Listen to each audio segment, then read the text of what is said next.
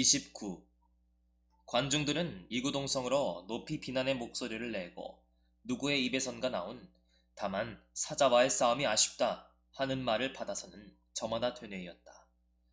모두가 무시무시한 공포감을 느끼었다. 그래, 우론스키가 말에서 떨어지는 것을 보고 안나가 그만 크게 앗 소리를 질렀을 때에도 거기에는 별반 이상할 것은 아무것도 없었다. 그러나 뒤이어 안나의 얼굴에는 이미 확실히 좋지 않은 변화가 일어났다.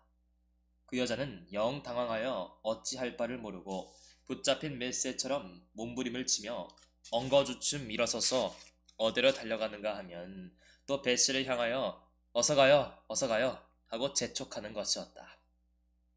그러나 베시는 안나의 말을 듣지 못하였다. 그 여자는 아래쪽으로 몸을 굽히고 자기 곁으로 오는 장군과 무슨 이야기를 하는 중이었다.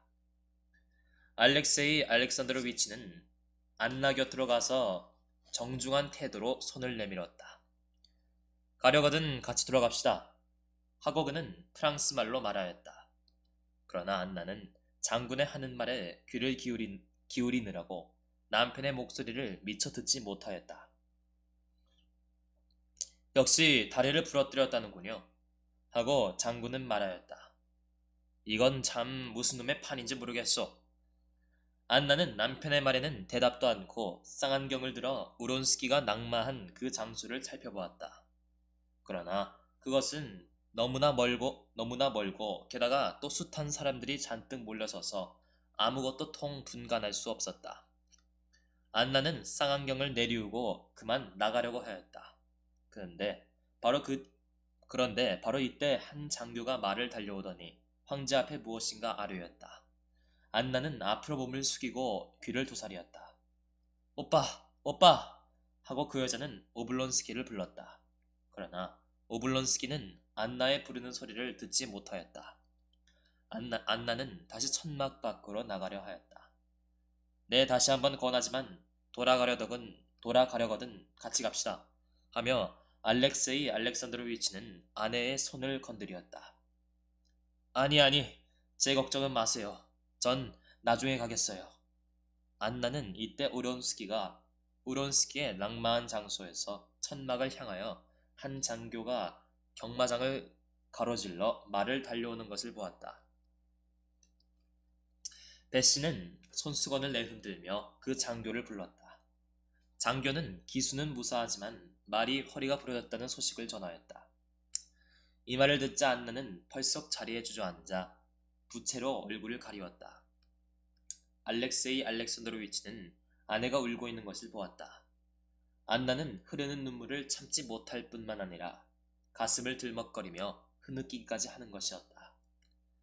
알렉세이 알렉산드로위치는 아내가 제정신을 차릴 동안 자기 몸으로 아내를 가리워 주었다. 세 번째, 나는 당신에게 권하오. 하고 얼마간 지나서 그는 다시 아내를 보고 말하였다. 안나는 남편을 쳐다보면서 무엇이라고 대답할 바를 몰라 머뭇거리었다. 그러자 베시 공작 부인이 안나를 두던하여 나섰다. 그러실 것 없어요. 알렉세이 알렉산드로위치. 제가 안나를 여기 데려왔으니 갈 때도 제가 모셔다 드리기로 약속했답니다. 하고 베시가 참견을 하였다. 실례입니다만 공작 부인. 하고 은근한 미소를 띄우면서도 매우 딱딱한 태도로 베시의 눈을 마주보며 알렉세이 알렉산드로위치는 말하였다. 안나는 몸이 편치 않은 모양이니 꼭 저와 같이 돌아갔으면 합니다. 안나는 질겁한 듯 주위를 살피더니 순순히 일어서서 남편의 손에 자기 손을 얹었다. 내가 그이한테 사람을 보내어 자세한 것을 알아보고 기별해드릴게. 이렇게 베시가 안나에게 귓속말로 속삭였다. 천막의 출입구에서 알렉세이 알렉산드로비치는 언제나와 같이 천연스럽게 만나는 사람들과 이야기를 주고받았다. 그래 안나도 평소와 같이 상대편의 말에 대답을 하고 걸고 하지 않았다. 걸고 하지 않으면 안 되었다. 그러나 그 여자는 설레는 마음을 걷잡을 수가 없어 마치 꿈속에서처럼 남편의 팔에 매달려 허둥지둥 걸어갔다. 몸을 다치시지는 않았을까? 아까 그게 정말일까? 과연 오시기는 하겠는지, 오늘 밤 그 일을 정말 만나게 되려나? 하고 그 여자는 생각하였다. 안나는 잠자코 알렉세이 알렉산드로위치의 마차에 올라 입을 봉한 채 욱실거리는 마차들 속에서 빠져나갔다. 알렉세이 알렉산드로위치는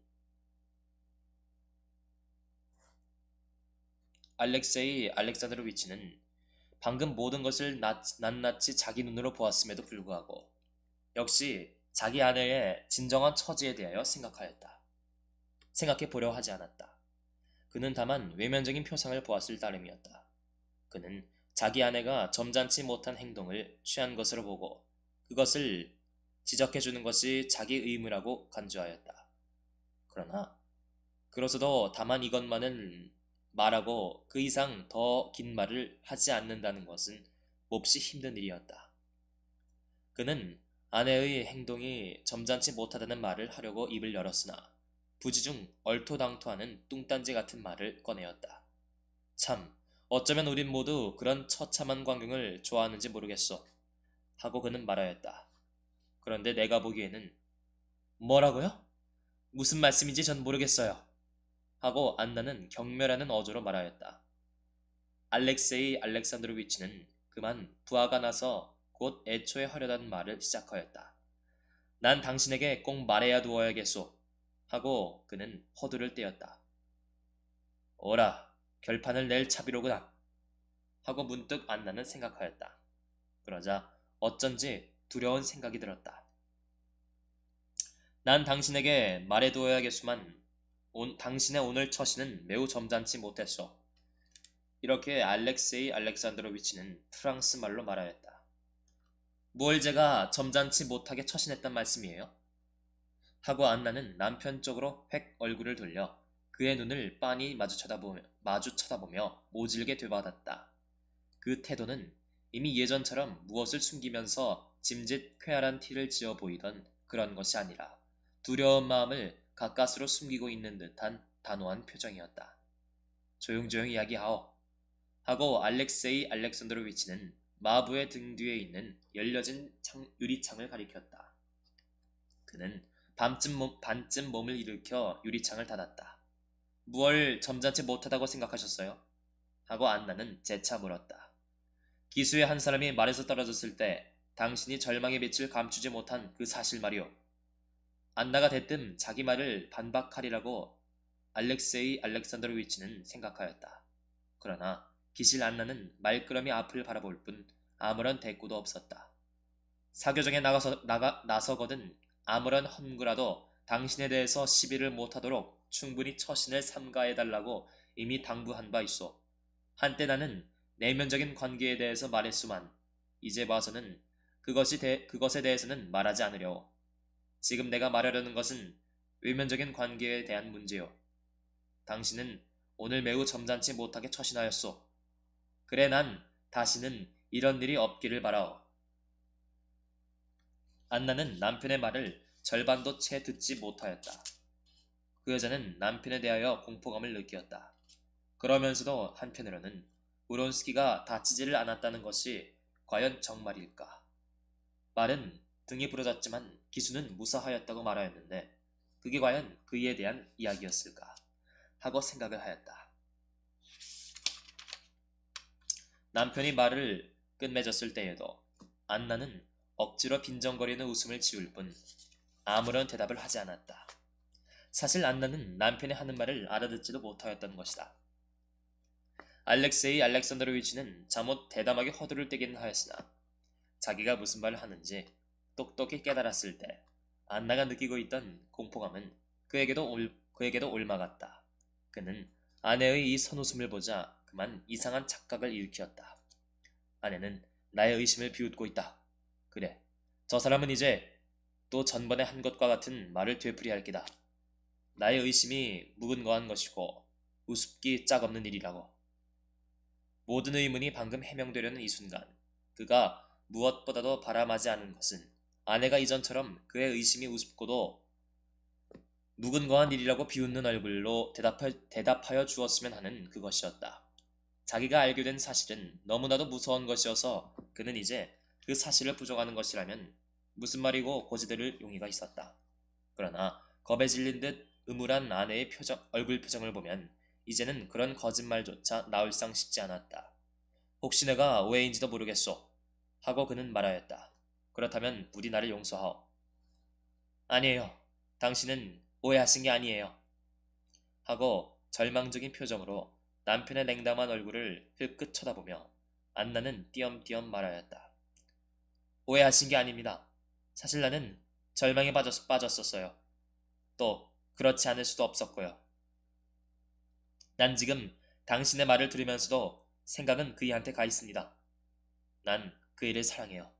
난 그이의 전부예요. 못 견디겠어요.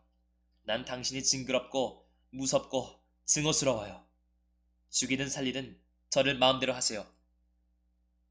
이렇게 말해버리고 안나는 마차의 한 구석에 몸을 던지며 두 손으로 얼굴을 가리우고 흐느껴 울기 시작하였다.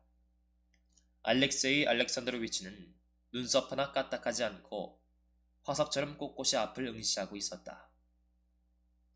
그러나 그의 얼굴은 갑자기 굳어지며 죽은 사람과 같은 장엄한 표정을 띄웠다. 이 표정은 별장에 가닿을 때까지 변하지 않았다. 별장에 거의 당도하였을 무렵 그는 여전히 같은 표정으로 아내 쪽에 얼굴을 돌렸다. 저하간 좋소.